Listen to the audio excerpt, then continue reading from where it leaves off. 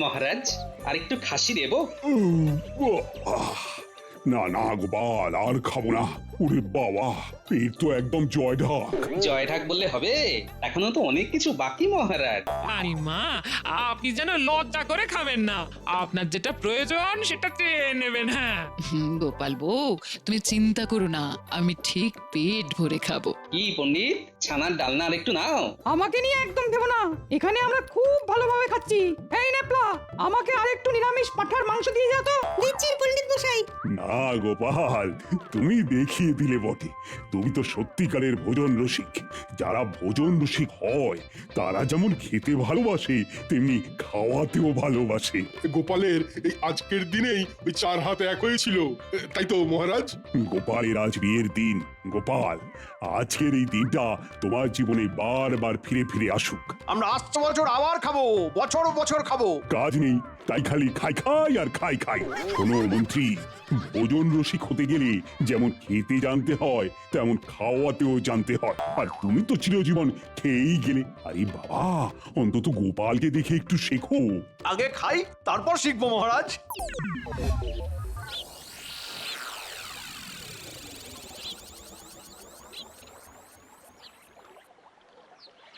গোপাল, কাল বড় ভালো খেয়েছি।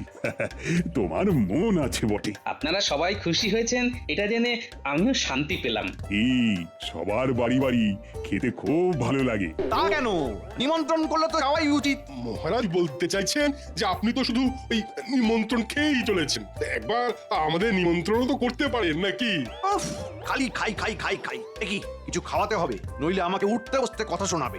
ভাবছি এই মাসের শেষে আমাদের বাড়িতে আপনার পায়ের ধুলো ফেলার বন্দোবস্ত করছি। আচ্ছা, এই মাসের শেষে কি হবে? ওই কাল আমরা গোপালের বাড়ি যাওয়া উপলক্ষে নিমন্ত্রণ খেলাম, সেটাই। ও, তার মানে সেদিন 4 হাত হয়েছিল এক। বাহ বাহ বাহ, সুখবর। অবশেষে মন্ত্রীর বাড়িতে আমরা সবাই নিমন্ত্রণ পেলাম। গোপালের মতো আয়োজন করে ভূত ভোজন করিয়ে লাভ নেই, এমন কিছু খাওয়াতে হবে যাতে সেই খেয়ে সবার পেট ভরে যাবে। ভাবতে হবে, ভাবতে হবে। কি মন্ত্রী মশাই, একটু চিন্তায় পড়ে গেলেন বলে মনে হচ্ছে। চিন্তা? কিসের চিন্তা? আমি তো ভাবছি সকাল থেকে তোমাদের খাওয়ার ব্যবস্থা করব। তার মানে সকাল থেকেই তোমার বাড়িতে চলে যাব? মুখ ধুয়ে খালি পেটে আমার বাড়ি, তারপর শুধু খাওয়া আর খাওয়া। এর মধ্যে কিছু একটা গোলমাল আছে বলে মনে হচ্ছে, নইলে এত দরাজ তো আমাদের মন্ত্রী মশাই নন। কিছু একটা গোলমাল তো আছেই। ওটাই বার করতে হবে। তাহলে আমি আমার গিন্নি আর নাতি নাতনিকে নিয়ে সকাল থেকেই আপনার বাড়িতে চলে আসবো খন। যারা বিবাহিত তারা সবাই তাদের গৃহিণীদের নিয়ে আসবে, আর বড় কথা কি। সাধু সাধু মন্ত্রী, এই প্রথমবার তোমার মুখে মন্ত্রী সুলভ কথা শুনলাম। আমরা সেই দিনের অপেক্ষায় রইলাম কিন্তু।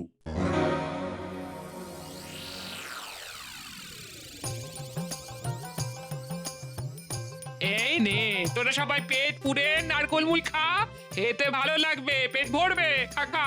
দাও দিদা, মুড়ি নারকোল আমার খুব প্রিয়। ওই তো গোপাল দাদু এসে গেছে।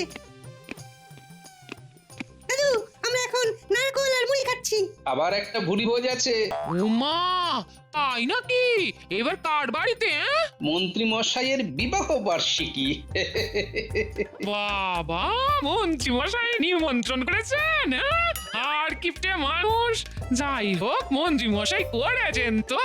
ঠিক বলেছো দিদা, সেদিন বাজারে গিয়ে দেখি কিছু চুনো মাছ নিয়ে মাছওয়ালার সঙ্গে ঝগড়া করছেন। কিপটে হোক আর যাই হোক, আমাদের রাজ্যের মন্ত্রী তো। ঠিকই তো, কিপ্টে মন্ত্রী। আমি সেদিন সকালে তোদের সবাইকে নিয়ে মন্ত্রী মশাইয়ের বাড়িতে যাব। উমা, এই তোমার সকাল থেকে নিমন্ত্রণ নাকি? সেখানেই তো খটকা গিন্নি। সকাল থেকে আমাদের নেমন্তন্ন করেছেন আমাদের হাড় কঞ্জুস মন্ত্রী। না, একটা কিছু তো গোলমাল আছেই, দেখা যাক। কি আর দেখবে, মনে হচ্ছে আমার হাত পুড়িয়ে রান্না করতে হবে না তোমার জন্য। না না গিন্নি, সেদিন তোমাকে কিচ্ছুটি করতে হবে না। যখন নিমন্ত্রণ পেয়েছি তখন আমরা না খেয়ে আসবো না। হ্যাঁ,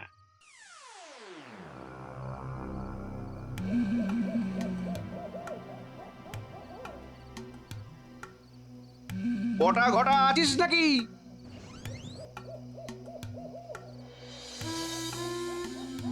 বলুন মন্ত্রী মশাই। এই মাসের শেষে আমার বিয়ের তারিখ। মহারাজ আর আমার সভাসদরা ধরেছে গোপালের বাড়িতে যেমন খেয়েছে সেই রকম আমার বিয়ের তারিখে ওরা কবজি ডুবিয়ে খাবে। বাহ, বেশ ভালো। তবে আয়োজন বেশ ভালোভাবে করতে হবে। খাওয়াবো তো বটেই, কিন্তু এমন খাওয়াবো যাতে করে ওই রাজকীয় আয়োজন করতে না হয়, আবার আমার সুনামও থাকে। সেটা কি করে সম্ভব মন্ত্রী মশাই? আচ্ছা শোন শোন শোন, মন দিয়ে শোন। বলুন, শুনছি। সব হবে, কিন্তু কেউ কিচ্ছু খেতে পারবে না। প্রথম খাওয়াতেই পেট ভরিয়ে দিতে হবে। সকালে নিমন্ত্রণ, সকালের জলখাবারটা এমন দিতে হবে যাতে সবার সেটা খেয়েই পেট ফুলে যায়। আর দুপুরে ভাতের দিকে নজরই যাবে না। ভাত থাকবে, খাসির মাংস থাকবে, মিষ্টি থাকবে, দই থাকবে, এ শুধু আমাদের জন্য, বুঝলি না?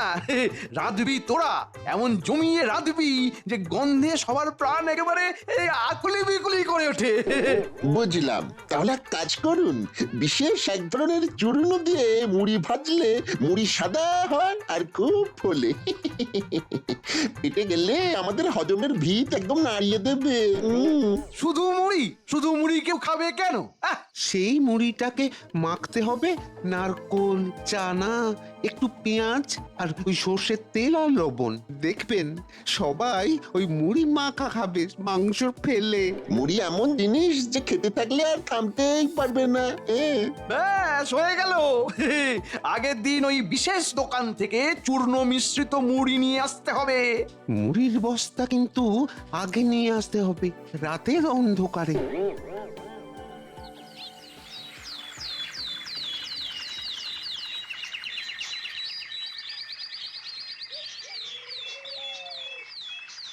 মন্ত্রী, এবার বলো তো, সেদিন সকাল থেকে আমরা তোমার বাড়িতে গিয়ে কি কি করব? খুব হুল্লোড় করব, খাবো দাবো আর আনন্দ করব, যেরকম আমরা ওই গোপালের বাড়িতে গিয়ে করেছিলাম। আমি একটা চূর্ণ তৈরি করেছি, সেই চূর্ণটা খেলেই চঞ্চনে খিদে পাবে। হ্যাঁ হ্যাঁ। ও, ওরা কত কি ভাবছে, খাবেন তো মুড়ি মাখা। কি মন্ত্রীমশাই, কি ভাবছেন? ভাবছেন আর মুচকি মুচকি হাসছেন। তোমরা কতদিন পর আমার বাড়িতে যাচ্ছ, আমার কি যে আনন্দ হচ্ছে, মানে আমি আর আমার গিন্নি যে কি আনন্দ পাচ্ছি সেটা বলে বোঝাতে পারবো না গো। এবার বলো তো, খাদ্য সূচিতে এবার বলে ফেলো দেখি। সকালবেলা কুড়মুড়ে মুড়ি আর নারকোল, চানা মশলা, পেঁয়াজ দিয়ে মুড়ি মাখা, আর গন্ধরাজ লেবু কেওড়া দিয়ে শরবত। বাহ বাহ, কি ভালো! আমার হচ্ছে উদ্দীপন। খাবারের নাম শুনেই মনে লাগছে কখন। সবার জন্যই আয়োজন করেছি। মুর্শিদাবাদ থেকে খাসি আসছে, আর খাম্বাজ থেকে দই মিষ্টি। গোপালকে টেক্কা দিয়ে দিল। আমি তো টেক্কা দেবার জন্য কিছু করিনি রাজবৈদ্য। আমার সাধ্য যা আমি সেই রকমই ব্যবস্থা করেছি। মহারাজ, আমার কি আপ্যায়নে কোনো ত্রুটি হয়েছে মহারাজ? না না, তোমার কোনো ত্রুটি হয়নি রাজবৈদ্য। এই ধরনের তুলনা টানা মোটেই ঠিক কাজ নয়। না না না না, আমি ওই একটু খাওয়া নিয়ে আমোদ করছিলাম। প্রথমে গোপাল, পরে মন্ত্রী মশাই, এরপরে কে? এরপর সভা কবি। এই সভা কবি, ঠিক বলেছি তো? মহারাজ, আপনি বলেছেন যথার্থ। আমি খাওয়াবো, এর একটাই অর্থ। এখন আমরা মন্ত্রী মশাই নিমন্ত্রণের ব্যাপারে মনোযোগী হই। কি বলেন মহারাজ? হ্যাঁ, ঠিক বলেছ বিজ্ঞানী। এখন শুধু মন্ত্রীর বাড়িতে কি খাবো সেটাই মনে করছি, আর কত খাবো সেটাই শুধু ভাবছি। আমি তো মোটামুটি 3 দিন আগে থেকেই খালি এবেলা আর ওবেলা ওই শশা আর ভোলা ময়রার দোকানের টক দই, একটু সৈন্ধব লবণ, এই আহার করব আমি আর আমার গিন্নি দুজনেই। বেটা গোপালের কত শখ, খাবে বলে এখন থেকে পেট খালি করছে। বিজ্ঞানী আবার কি একটা চূর্ণ দেবে, সেটা খেলে নাকি খুব খিদে হবে। শুধু মুড়ি মাখা খেয়ে তোমাদের বাড়ি ফিরে আসতে হবে। মহারাজ, কাল আমার একটু রাজসভায় আসতে দেরি হবে। ওই মিষ্টির কারিগর আসবে তো। মিষ্টির কারিগর? বাহ বাহ বাহ, কিন্তু আমাদের ভোলা ময়রা কি দোষ করলো? ভোলা ভালো ভালো, তবে খাম্বাজ থেকে যে কারিগর আসবে সে কিন্তু আরো ভালো। তার মিষ্টি যেমন দেখতে তেমন স্বাদ। শুধু গল্প শুনে যান। মন্ত্রী মশাই কিছু একটা ভাবছে। না, এবার একটু মন্ত্রী মশাইয়ের উপরে নজর রাখতে হবে। কিছু একটা গোলমাল তো ঘটাবেনই মনে হচ্ছে। ঠিক আছে মন্ত্রী মশাই, আপনি যদি পাতায় পাতায় চলেন তো আমি পাতার জালক শিরায় চলি।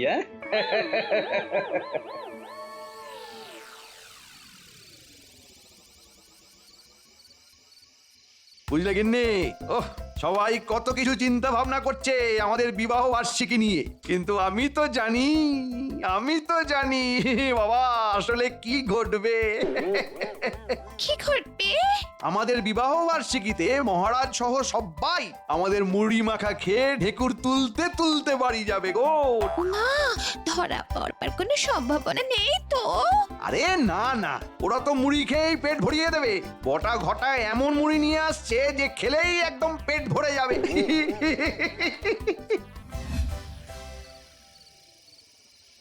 সন্তরা, কাল থেকে খুব সন্তর্পণে মন্ত্রীমশাই রাজসভার পর কোথায় যায় কি করে সব জানবি। কেন গো গোপাল দাদু, মন্ত্রী মশাই আবার কি ঝামেলা করছেন? এখন করেননি, কিন্তু খুব সম্ভবত কোনো একটা গোলমাল করতে যাচ্ছেন। ঠিক আছে গোপাল দাদু, আমরা ঠিক খবর এনে তোমাকে দেব। এই মাসের শেষ দিনে নাকি মন্ত্রী মশাইয়ের বাড়িতে আমাদের নিমন্ত্রণ। হ্যাঁ, সেটা নিয়েই তো গোলমাল।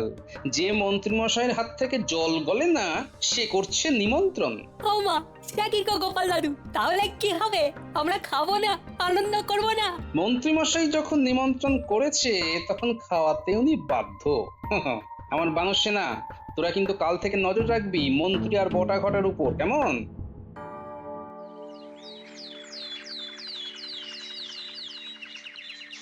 বুঝলে বিজ্ঞানী, মন্ত্রীমশাইয়ের বাড়িতে নিমন্ত্রণে সেদিন কিছু একটা গোলমাল আছে।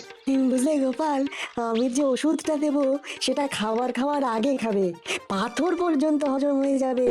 তারপর কিছুক্ষণের মধ্যে খুব খিদে পাবে, তখন দেখবে খাওয়ার কি আনন্দ, একেবারে হু হু করে খাবে। তাহলে আমরা সবাই ওই ওষুধ খেয়ে মন্ত্রীমশাইয়ের বাড়িতে খেতে যাব। সে তো বটেই, প্রথমে হজমের ওষুধ, তারপরে পেট পুরে খাওয়া। চলো বিজ্ঞানী, রাজসভায় যাওয়া যাক।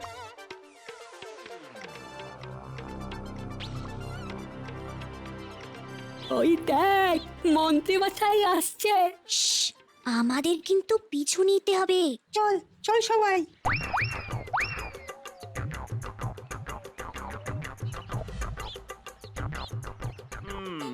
পাঁচ বস্তা মুড়ি হলেই হয়ে যাবে। হ্যাঁ, 5টা মোহর দিয়ে দেবো। আজ বটা ঘটাকে বলবো মুড়ির বস্তাগুলো রাতের মধ্যে আমার বাড়িতে নিয়ে আসতে। হ্যাঁ, রাতের মধ্যেই। কি জোরে জোরে হাঁটছে দেখ, লম্বা লম্বা পা ফেলছে। মন্ত্রী মশাই হাঁটছে, আর আমরা ছুটছি। যাচ্ছে কোথায় সেটা বুঝতে পারছিস? না বোঝার তো কিছু নেই, যাচ্ছে তো বটা ঘটার বাড়ির দিকে। কোনো কথা না বলে আমরা চুপচাপ পিছু নিই। আজ রাতে গোপাল দাদুর কাছে গিয়ে সব কথা বলতে হবে।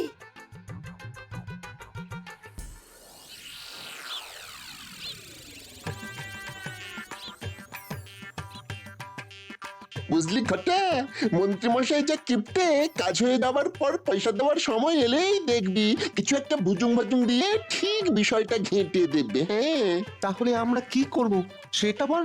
ব্যাপারটা আমার উপর ছেড়ে দে, আমাকে খেলতে দে, আগের টাকা পয়সার কথাটা আমাকে বলতে দে।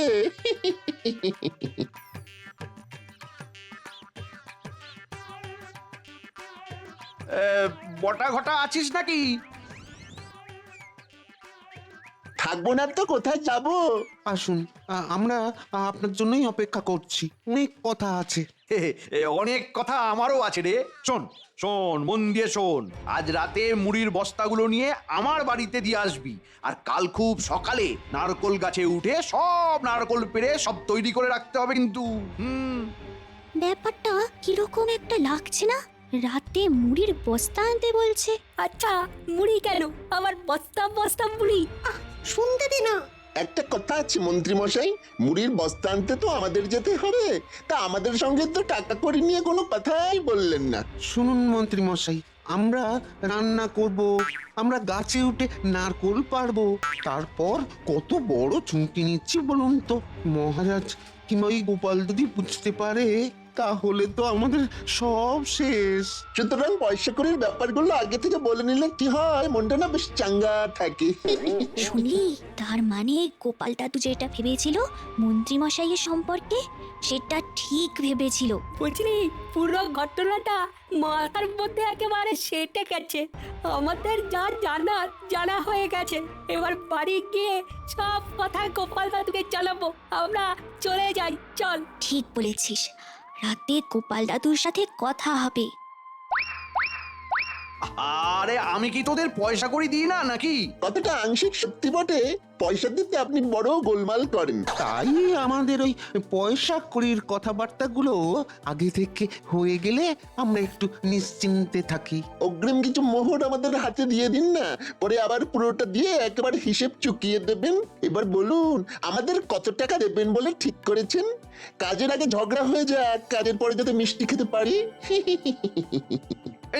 এই নে এখন 50 মোহর নে, পরে আরো 50 দিয়ে হিসেব চুকিয়ে দেবো। এই ভূতের কাজ করবো মাত্র 100 মোহরে, ধরা পড়লে সব মার আমাদের পিঠে পড়বে না মন্ত্রীমশাই। ওই ছুঁচো মেরে হাত গন্ধ করে লাভ নেই। কাজ যদি করতেই হয় অন্তত পক্ষে আমাদের 500 মোহর দিয়ে কাজ করাতে হবে। হ্যাঁ, রাজি থাকলে এক্ষুনি আমাদের হাতে 250 মোহর দিয়ে দিন, তারপরে দেখুন কাজ।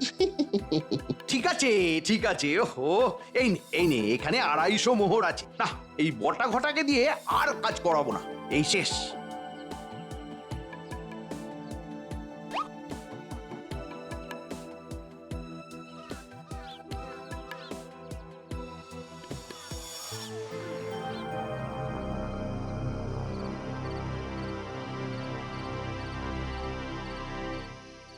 তার মানে এটা হচ্ছে মন্ত্রীমশাইয়ের পরিকল্পনা। ব্যাস, এবার আমার কাজ শুরু হবে। এবার তুমি কি করবে? মন্ত্রীমশাই নিজেকে খুব চালাক বলে মনে করেন। উনি জানেন না যে গোপাল মন্ত্রীমশাই থেকে অনেক বেশি বুদ্ধি ধরে। এটা আমার অহংকার, আর এই বুদ্ধির জোরে আমি সবার কাছে সম্মান পাই। গিন্নি, গোপাল দাদু, আমাদের কি কি কাজ আছে আর? তোদের আর কোনো কাজ নেই রে। তারা স্নান করে পরিষ্কার জামা কাপড় পরে মন্ত্রীমশাইয়ের বাড়িতে গিয়ে পেট পুরে খাবি, ব্যাস। এই তো শুনলে, মন্ত্রী মশাই মুড়ি ছাড়া কিছু খাওয়াবেন না। হ্যাঁ গো গিন্নি, আমার প্রতি কি তোমার একদম বিশ্বাস নেই? আমি যখন বলেছি মন্ত্রীমশাই খাওয়াবেন, তার মানে খাওয়াবেন। শুধু আমার কতগুলো জায়গায় পায়ে হেঁটে যেতে হবে, ব্যাস। এখন একটু বেরোবো, মহারাজের কাছে যাব। চলি। হ্যাঁ,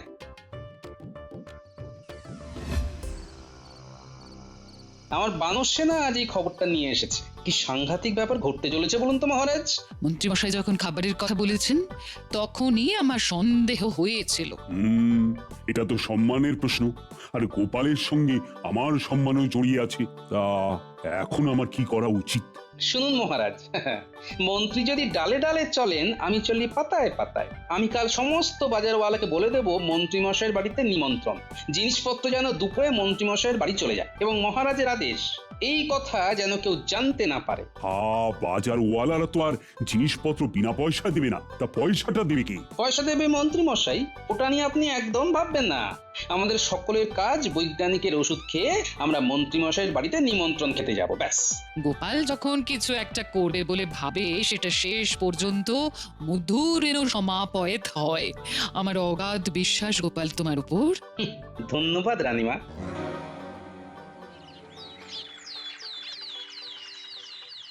সকাল থেকেই চন্মনে খিরে, ও মন্ত্রী, আরে জল খাবার দাও। হ্যাঁ, খিদেতে পেট চুই চুই। জল খাবার মুড়ি দিয়ে শুরু হোক। মুড়ি মাখা, তার মধ্যে নারকল, ভাজা চানা আর সুন্দর মশলা। সাধু সাধু, জল খাওয়াই যখন এই, তাহলে আসল খাবারটা যে কি হবে সেটা তো বুঝতেই পারছি। বটা ঘটা, সবাইকে মাখা মুড়ি আর শরবত দাও। মন্ত্রীমশাই, ওদের শুধু মুড়ি দিতে বলুন, আমরা খেতে থাকি। জল খাবারটা জমিয়ে করব, তারপর মধ্যাহ্ন ভোজনের পালা। গোপালের কথা বলার ধরনটা যেন কেমন লাগলো। গোপাল দাদু, আমাদের মুড়ি দেবে না? মুড়ি খাওয়ার আগে ওষুধ খেয়েছিস? বাবা, খাবো না আবার। আমাদের তো পেট ভরে খেতে হবে, কি বলুন মন্ত্রীমশাই? ব্যাপারটা কেমন অন্যরকম লাগছে।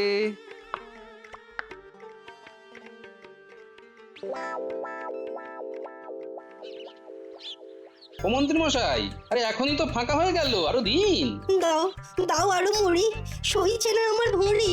আরে ওরা তো খেয়েই চলেছে, 5 বস্তা মুড়ি তো শেষ, 100টা নারকল শেষ, গাছে তো আর নারকলই নেই। ওই মন্ত্রী, আমার যে মুড়ি মাখা শেষ।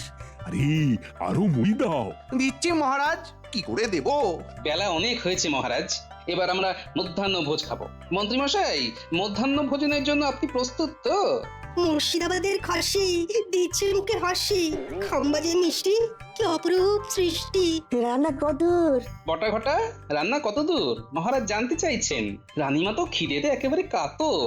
মহারাজ, একটা বিপদ হয়েছে, আমাদের না সেই রকম প্রস্তুতি নেই। কি ভেবেছিলেন মন্ত্রী মশাই, শুধু চূর্ণ মিশ্রিত মুড়ি খাইয়ে আমাদের পেট ভরাবেন? সে কি গোপাল, তাহলে এই এত মানুষ তারা খাবে কি?